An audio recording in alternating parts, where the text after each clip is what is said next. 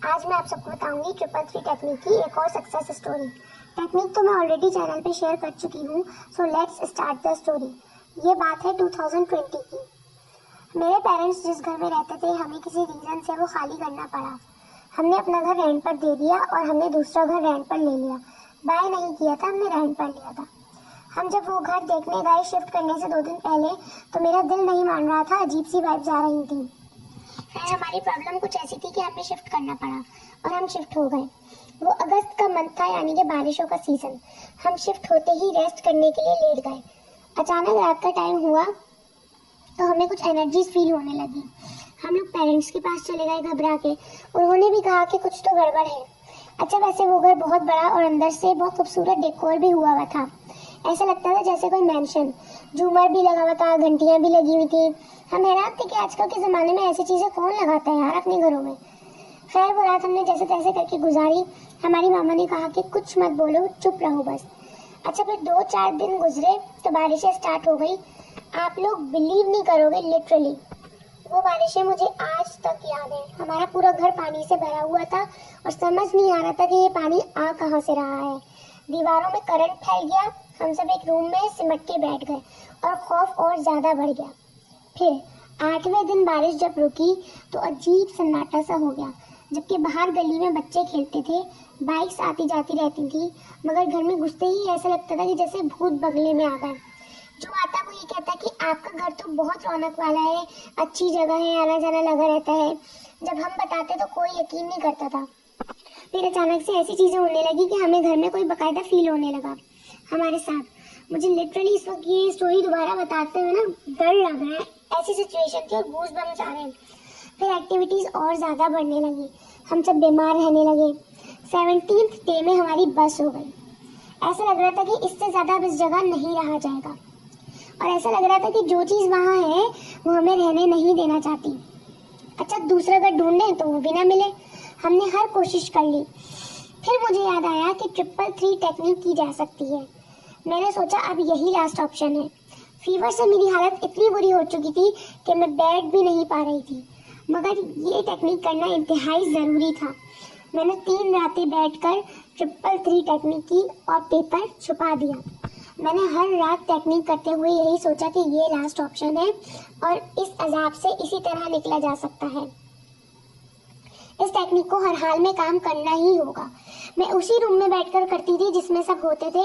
मुझे भी तो डर लगता था ना सीधी सी बात है। और मैं 3 रातों तक कुछ देर के लिए सब भूल जाती थी और पूरी एनर्जी लगाकर ड्यूरिंग टेक्निक ये सोचती थी कि हम वापस अपने घर में आ गए हैं। जबकि मुझे पता था कि टेनेंट्स को 2 मंथ्स पहले का नोटिस देना होता है खाली कराने के लिए। ये लॉजिकली इतनी जल्दी पॉसिबल था ही नहीं। अब था असल टेस्ट मेरी मैनिफेस्टिंग पावर का और अब शुरू होता है रियल मैजिक। मेरी टेक्निक खत्म हुई 17th डे। अब आप लोग बस दिन गिनना। 18th डे दोपहर को हमारे टेनेंट्स की कॉल आती है और वो कहते हैं कि ऐसा पॉसिबल है कि हम शिफ्ट कर लें, हमें सिटी चेंज करना है अर्जेंट में। पहले तो हमें ना कुछ समझ आया और ना यकीन हुआ। फिर हमने कहा थोड़ा टाइम दें, बिकॉज एडवांस वापस करना था उन लोगों को उनका। बट हमारी हालत देखकर हमारे पापा ने ये कहा कि ज़्यादा अहम ये है अभी पैसों के बारे में ना सोचा जाए। उनसे पूछा आपने कितने दिन में वापस जाना है, तो उन्होंने कहा कि जितनी जल्दी हो सके। अब मसला ये था कि हम भी तो रेंट पे थे ना, तो हमने अपने ऑनर को सब कुछ बताया और उससे बात की। वो ना माना कि मैं इतनी जल्दी एडवांस वापस नहीं करूँगा, 3 मंथ्स तो लगेंगे। सब बहुत परेशान हो गए कि एडवांस और पैसों के बगैर कैसे निकले। पापा ने कहा कि तुम रख लो, 3 मंथ्स बाद दे देना, हम जा रहे हैं। बट सैड हो गए थे पापा।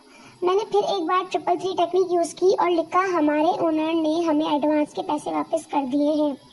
2 रात किया मैंने इसको और इन 2 दिनों में हमारा घर खाली हो गया था। और 3rd डे सुबह ऑनर की कॉल आई विद अपॉलजी कि मैं आपकी कंडीशन को अंडरस्टैंड कर रहा हूँ, आप लोग अपने पैसे वापस ले लो और शिफ्ट कर लो। ट्रस्ट मी, ये सबसे फास्ट सक्सेस था मेरा इस जर्नी में। मुझे स्टिल ऐसा लग रहा था कि जैसे मैं ख्वाब देख रही हूँ, अभी आँख खुल जाएगी। सब कुछ इस तरह से हो रहा था जैसे कोई स्टोरी। सबने पैकिंग स्टार्ट कर दी, सब सुकून में आ गए थे और 21th डे की सुबह हम अपने घर में शिफ्ट हो गए थे। हमारी खुशी संभालने में ही नहीं आ रही थी। 2 दिन तो मेरे दिमाग ने काम ही नहीं किया फिर अपने घर आते ही मेरा फीवर उतर गया, मैं नॉर्मल कंडीशन पे आ गई। मैंने अपने घर वालों को सब बता दिया अपनी मैनिफेस्टेशन के बारे में। मैंने कहा बिलीव ना हो तो मुझे डीमोटिवेट मत करना। बट सब हैरान थे और पापा ने कहा कि जैसे सब कुछ हुआ है वो सब किसी जादू से ही हो सकता था। और आज सब मैनिफेस्टेशन करते हैं मेरे घर में, मैंने सबको सिखा दिया है। आज भी जब मुझे ये सब कुछ याद आता है तो मैं सोचती हूँ कि इंसान अगर किसी चीज़ के लिए जिद लगा ले तो यूनिवर्स को उसे वो देनी ही पड़ती है। मेरी डू एंड डाई की सिचुएशन थी कि या तो आर या तो पार। मतलब अगर वो टेक्निक काम नहीं करती तो मैं खौफ से मर जाती, लेकिन उस टेक्निक का काम करने का वो टाइम था, उस टेक्निक को काम करना ही पड़ा। मेरी वाइब्रेशन इतनी तेज हो गई थी, जबकि मैंने बीमारी का, मैंने डर का, मैंने किसी चीज़ का एहसास नहीं किया। मैंने अपनी पूरी ताकत उस टेक्निक पे लगा दी कि मुझे यहाँ से सबको लेके निकलना है बाय हुक और बाय क्रुक, और उस चीज़ ने काम कर दिया। ये होती है फ्रीक्वेंसी, ये होती है वाइब्रेशन। मैनिफेस्ट करते टाइम आपको जितनी शिद्दत से वो चीज़ चाहिए ना, उतनी शिद्दत आप उस टेक्निक पे लगा दो। अपनी सारी एनर्जी थोड़ी देर के लिए उस टेक्निक पे लगा दो कि मुझे ये चीज़ हर हाल में चाहिए है और मुझे ये लेनी ही होगी, ऐसी कंडीशन है। मैं इस चीज़ को किसी और के लिए नहीं छोड़ सकता। कोई पर्सन हो गया, कोई पसंद की ड्रेस हो गई, कोई पसंद की वॉच हो गई, मैं इस चीज़ को किसी और के लिए छोड़ ही नहीं सकता या सकती है। मेरी चीज़ है, ये मुझे ही चाहिए।